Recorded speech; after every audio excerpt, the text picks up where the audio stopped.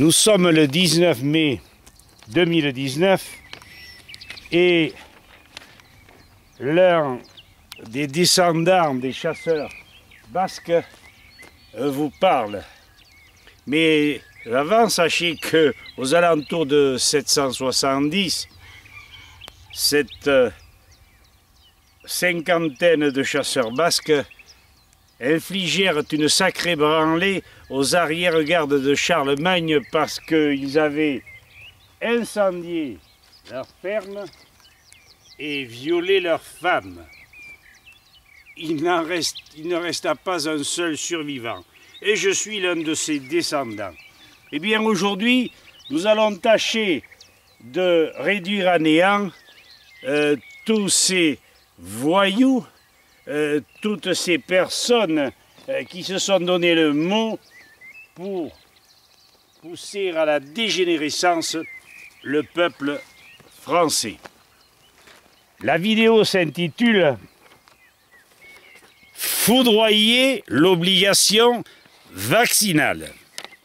Santé, raison, courage, respect, argument, pugnacité. » Et nous sommes le 19 mai 2019.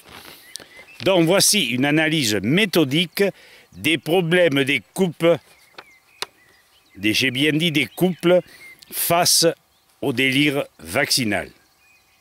Nous avons remarqué que beaucoup de couples redoutaient cette loi infanticide. Je parle de couples, mais aussi de femmes isolées, n'est-ce pas?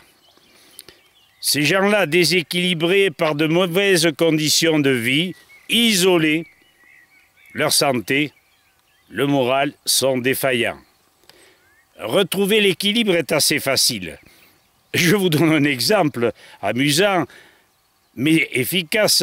La thérapie du lavement au café, Arabica bio, est nécessaire.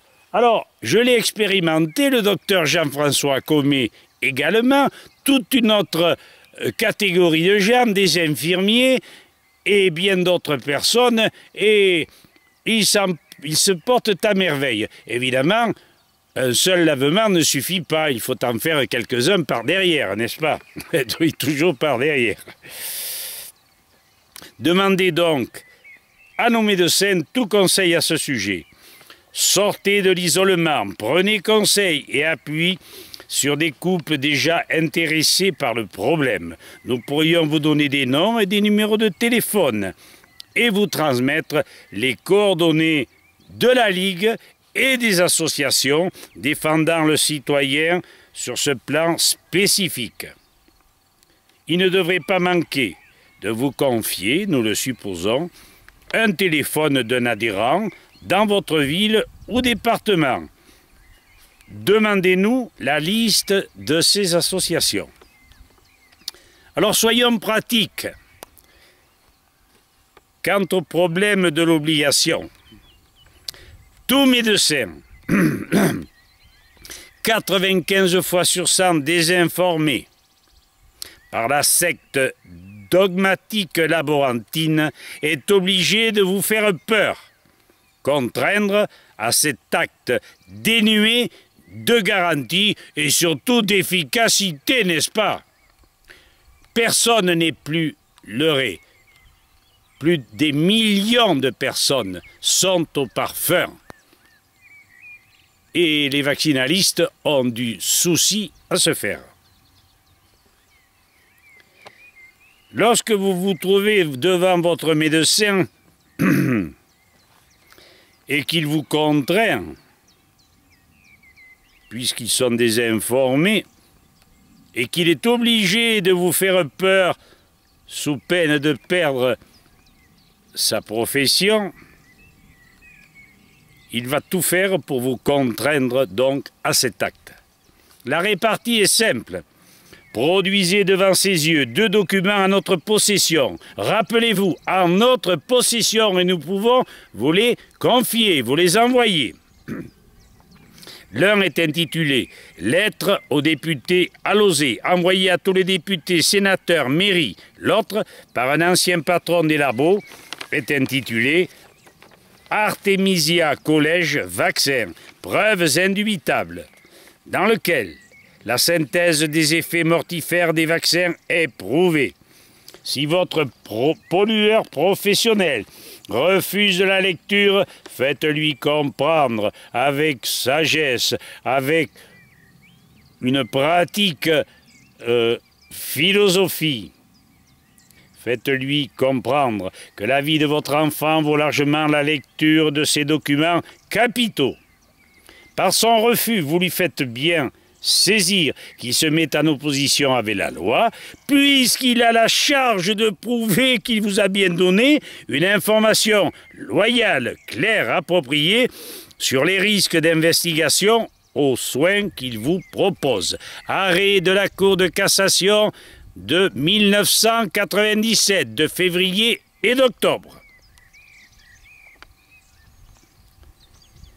Évidemment, le Vidal est là pour le guider, mais hélas, il se fie aux représentants médicaux, vils porteurs de fausses informations.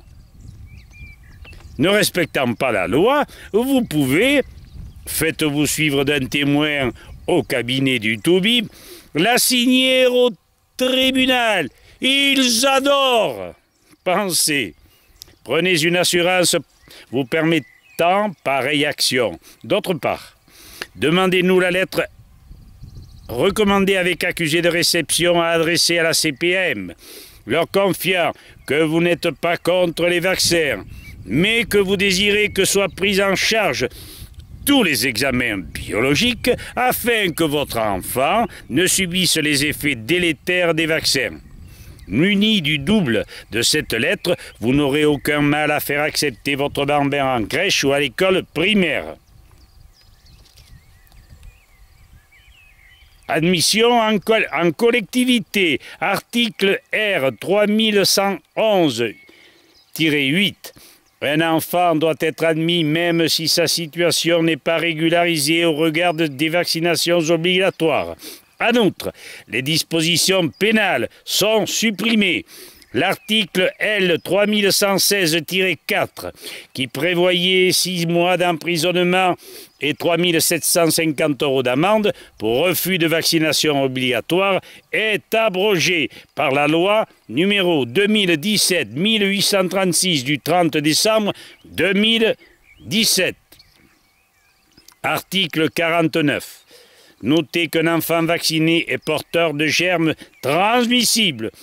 Votre enfant, exempt de vaccination, ne contamine pas les autres, ses défenses immunitaires sont intactes et le protègent. Dans le cas où, possible bien sûr, où vous subiriez relance, abus de la part des PMI, assistantes sociales, les parades sont identiques à celles employées devant le médecin. La santé de votre bébé est primordiale. Faites-vous faire un certificat par nos médecins sur l'état psychologique et physiologique de l'enfant et de vous-même. Les sbires, les chiens de chasse seront surpris, interloqués et ne pourront invoquer la maltraitance. C'est-il pas beau ça, madame? Soyez assurés qu'en suivant ces conseils, vous ne devriez plus être importunés. La fragilité des arguments gouvernementaux sont patents dans ce domaine, voire mensongers, pour que vous ne puissiez les conduire à cesser de vous importuner. Très important, nos associations sont à votre service.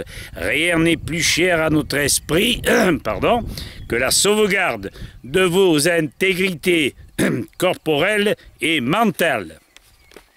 Notre mail, jacques.dodon, DAUDON, @orange.fr. Téléphone 04 92 67 05 48. Je termine en vous disant simplement que, et nous allons voyager ensemble, que à partir du moment où des gens comme nous ne lâcheront pas le morceau, défendront bec et ongles et épieux votre salut, vous pouvez être tranquille que l'exemple sera suivi et que bientôt, une forte population sera aux trousses de ces importeurs, de ces terroristes, et qu'en conséquence, ces gens-là seront bien obligés de plier, sinon ils finiront comme les arrière-gardes de Charlemagne. Et je dis que ce sera bien fait. Et pourtant, je ne suis ni un gangster, ni épris de chair humaine. Le sang, je n'aime pas le faire couler. Mais lorsqu'on emmerde mes amis et notre population et qu'on veut la pousser à la dégénérescence, je dis que nani. Ali Chatsatout, c'est au plaisir en français. Au revoir à tous et au plaisir. Merci de m'avoir écouté. Au revoir.